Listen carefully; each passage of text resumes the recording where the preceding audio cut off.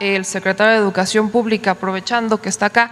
en este plan del nuevo regreso a clases, que ya habría anunciado la semana pasada, se habla de que en semáforo amarillo se va a permitir asesorías, siempre y cuando sea voluntario entre los padres y maestros y las escuelas. Pero el señor presidente de la República, desde que inició la pandemia, ha seguido las recomendaciones de los expertos en salud. Tenemos no solo a la Secretaría de Salud, sino también a todo lo que es el Consejo de Salubridad General, que son quienes dictan las normas a las que todos nos sometemos, incluyendo la Secretaría de Educación Pública. Por eso es que cuando crea este semáforo,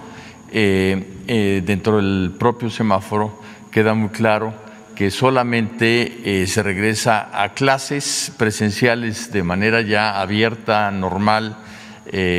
a partir del semáforo verde. Aquí el tema más importante es que si hoy abriéramos, digamos, si hoy hubiera muchos estados en semáforo verde, más o menos la mitad de la población mandaría a sus hijos a la escuela, pero la otra mitad de la población no los mandaría por decisión propia. En este sentido, hay, digamos que apreciaciones bastante diferenciadas en las familias sobre lo que es seguro para sus hijas e hijos, y también de maestros al respecto. Entonces, lo que nos instruyó el presidente y estamos haciendo es, dadas las condiciones de la pandemia, brindar todas las oportunidades a la sociedad mexicana para que haya flexibilidad en este terreno. Y va a continuar la educación a distancia, Aprende en Casa 2, el regreso a clases, como se planteó desde un principio, e incluso en las entidades que están en semáforo verde, como son Campeche, Veracruz y Chiapas, porque además podría llegar a suceder que un estado que está en verde, si estas fiestas de fin de año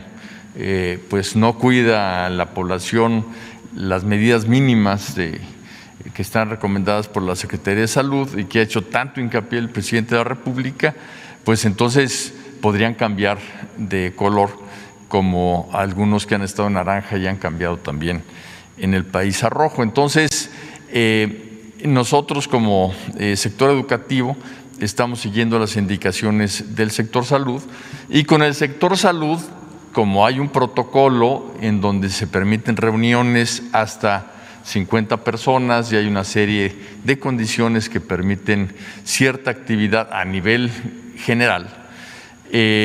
se diseñó algo que incluso viene en la Ley General de Educación, no es algo que haya surgido de la pandemia, que son los centros de aprendizaje comunitario, porque queremos que las escuelas no solo se dediquen exclusivamente a darle clases a niñas, niños y jóvenes, sino que también las instalaciones escolares, las computadoras, las canchas deportivas puedan dar servicio a la comunidad. En muchos lugares del país, la escuela es el centro de toda la actividad comunitaria de esos poblados. Entonces, estos centros de aprendizaje comunitario lo que buscan es brindarle a la población servicios y que la población vea en la escuela un espacio propio para poder trabajar en muchas cosas. Y un campesino podrá llegar a usar las computadoras para meterse a ver temas de precios, de dónde vender sus productos, de relación con instituciones públicas, etcétera. Entonces, estos centros de aprendizaje comunitario lo que son es un lugar en donde se les da asesoría a la población en general y en particular a madres y padres de familia, maestras y maestros, niñas y niños. Y entonces fue en ese sentido que se solicitó, junto con la Secretaría de Salud, por muchas escuelas del país, poder trabajar, no obstante las limitaciones de la pandemia. No son regresos a clases, son abrir la escuela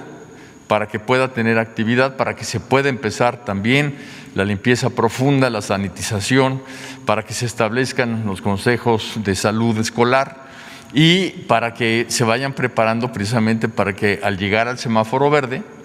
puedan abrirse las actividades. Así sucedió, por ejemplo, en Chiapas. En Chiapas han estado trabajando de esa manera y ahora que están en semáforo verde siguen esa gradualidad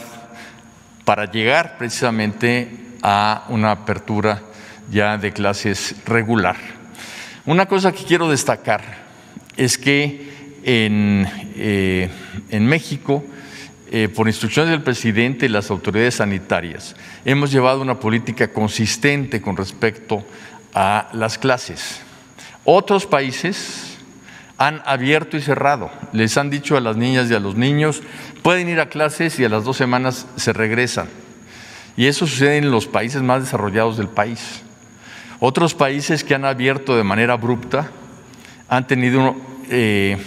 repuntes que son hasta de entre 4 y 7 veces mayores que el contagio original, que la curva de contagio original. Y en México ha habido una política consistente en donde ya se empezó a abrir gradualmente en función de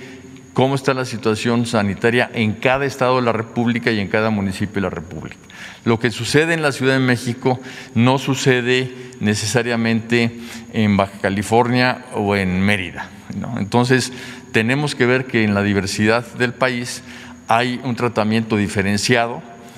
a cada lugar de la República. Y en el caso específico que menciona, en efecto, hubo un amparo que en este momento la Secretaría está trabajando para poder tener esa situación resuelta, pero es algo que está en un terreno ya judicial, no normativo, aunque se está aplicando obviamente todos los criterios que nos da la Secretaría de Salud. ¿Centros comunitarios de estas escuelas que estén sirviendo como centros comunitarios? Bueno, se están abriendo. Me decía, por ejemplo, el secretario de Chiapas que alrededor del 70% de las escuelas de Chiapas ya están abriendo y muchas de ellas se están abriendo en una modalidad que la propia escuela está definiendo. Una de las cosas que hemos hecho es darle mucha fuerza a las escuelas y a la decisión de los directores y de los padres de familia, porque no podemos desde el centro dictar normas que muchas veces localmente no son convenientes. Entonces nosotros somos normativos digamos en lo genérico, pero ya la forma de aplicar muchas cosas las deciden los directores y los padres de familia en estos consejos de salud escolar. Porque así como hay escuelas en la Ciudad de México que tienen 2,000 alumnas y alumnos, que tienen una gran infraestructura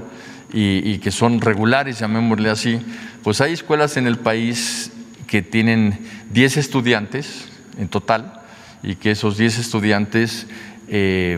son de diferentes grados y que tienen un solo maestro, ¿no? Pero hay lugares así que el pueblo decidió cerrar totalmente la comunidad y no se puede entrar, entonces no hay un solo contagio. Y ellos son los que nos pidieron poder empezar a trabajar bajo ciertas medidas que la propia Secretaría de Salud nos autorizó.